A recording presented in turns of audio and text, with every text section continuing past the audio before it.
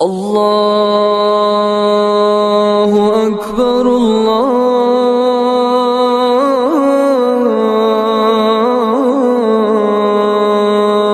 اکبر۔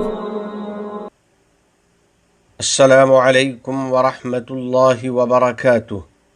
رفیقان ملت ایمانیہ، میرے عزیز بھائیوں، ایک صاحب نبی کریم صاحب خلق عظیم صلی اللہ علیہ وسلم کی خدمت اقدس میں حاضر ہوئے اور دریافت کیا کہ اللہ کے نزدیک لوگوں میں سب سے زیادہ محبوب بندہ کون ہے اور اللہ کے نزدیک سب سے اچھا کام کون سا ہے؟ تو حضرت صلی اللہ علیہ وسلم نے فرمایا، احب الناس الی اللہ انفعهم للناس وَأَحَبُّ الْأَعْمَالِ إِلَى اللَّهِ سُرُورٌ تُدْخِلُهُ عَلَى مسلم۔ اللہ تعالیٰ کو لوگوں میں زیادہ محبت ان بندوں سے ہے جو لوگوں کے لیے سب سے زیادہ نفع بخش ہیں، اور اللہ کے نزدیک سب سے محبوب عمل کسی مسلمان کو خوش کر دینا ہے۔ جو بندہ واقعی اللہ کی رحمت و محبت کی خواہش رکھتا ہے، تم اسے دیکھو گے کہ وہ لوگوں کو راحت اور نفع پہنچانے والا ہوگا، اور اس کی ہمدردی اور بھلائی لوگوں میں عام ہوگی، اور تم اس کو نبی کریم صلی اللہ علیہ وسلم کے اس فرمان پر ہمیشہ عمل کرنے والا پاؤ گے، من استطاع منکم ان ينفع اخاہ فلیفعل۔ جو شخص اپنے بھائی کو نفع پہنچا سکتا ہو تو اسے ضرور نفع پہنچانا چاہیے۔ اللہ کی رضا کا طلبگار بندہ لوگوں کے دلوں کو خوشی و مسرت سے لبریز کر دیتا ہے، اور اس کی بھلائی کی وجہ سے لوگوں کے چہروں پر تبسم و مسکراہٹ پھیل جاتی ہے۔ بلا شبہ خدائے عز و جل کے نزدیک یہ سب سے افضل اور سب سے بہتر کام ہے۔ اس کی بدولت آدمی اللہ کا مقرب بن جاتا ہے، اور لوگوں کو سعادت و خوشی پہنچانے والا اپنے رب کا اجر و ثواب پا لیتا ہے، نیز وہ دنیا اور آخرت کی کامیابی حاصل کر لیتا ہے۔ باری تعالیٰ کا فرمان ہے، وَافْعَلُوا الْخَيْرَ لَعَلَّكُمْ تُفْلِحُونَ، اور نیکی کے کام کرتے رہو، امید کی تم فلاح پاؤ گے۔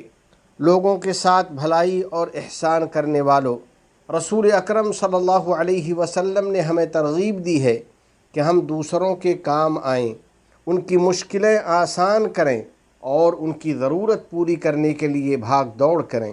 یہ بہت پاکیزہ عمل ہے اور ان بہترین کاموں میں شامل ہے جو اللہ جل جلالہ کو اور اس کے رسول صلی اللہ علیہ وسلم کو بے انتہا پسند ہے۔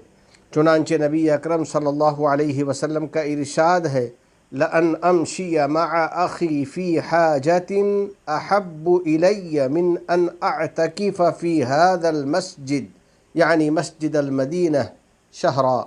اپنے کسی بھائی کی ضرورت پوری کرنے کے لیے اس کے ساتھ میرا چلنا پھرنا مجھے مدینہ منورہ کی اس مسجد میں یعنی مسجد نبوی میں 1 ماہ اعتکاف کرنے سے زیادہ محبوب ہے۔ اسی طرح لوگوں کے ساتھ بشاشت اور خندہ پیشانی سے پیش آنا اور ان سے مسکرا کر ملنا بہت بڑی نیکی ہے۔ یہ ایک صدقہ ہے جو اللہ جل جلالہ کو بے انتہا محبوب ہے۔ چنانچہ نبی رحمت للعالمین صلی اللہ علیہ وسلم کا ارشاد ہے، تبسمک فی وجہ اخیک لک صدقہ۔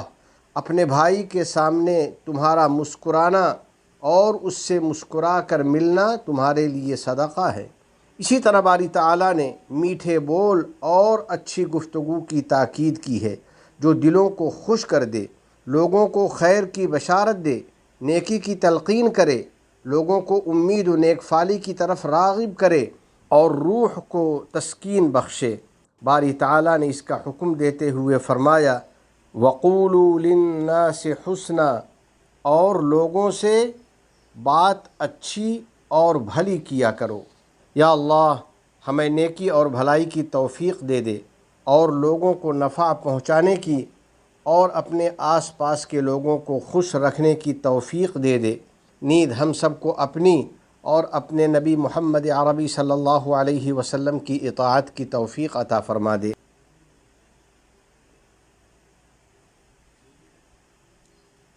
حضرات گرامی، میرے مومن بھائیوں، رب ارحم الراحمین کا فرمان عالی شان ہے، هل جزاء الاحسان الا الاحسان، بھلائی کا بدلہ بھلائی کے سوا اور کیا ہو سکتا ہے۔